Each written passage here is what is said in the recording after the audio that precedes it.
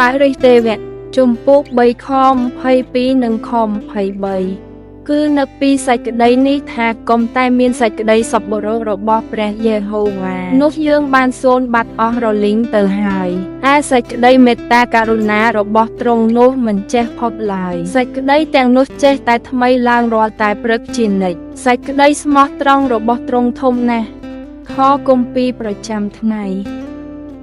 សូមព្រះប្រទានពរ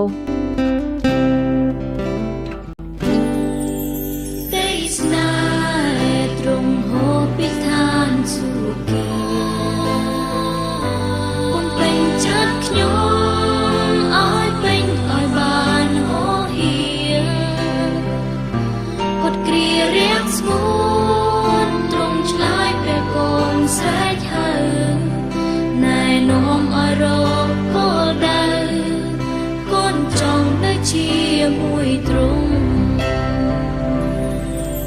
ក្តីស្នេហ៍ទ្រង់ជាធម៌តាជីវិតជាទីពឹងអាងទោះជាអ្វីសូន្យងងឹតមិនចេះព្រួលប្រែ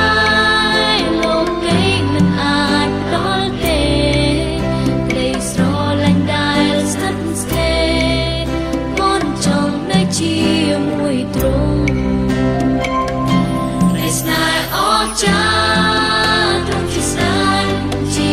ព្រះបុត្រាដោយក្តីស្នេហ៍ទ្រង់បន្ទាបនួនមកបំរើពីទីខ្ពស់ខ្ពស់តែចាស់ឆ្កាងលះបង់ទាំងអដោយព្រោះ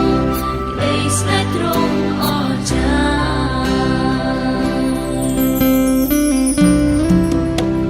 សូមព្រះប្រទានពរ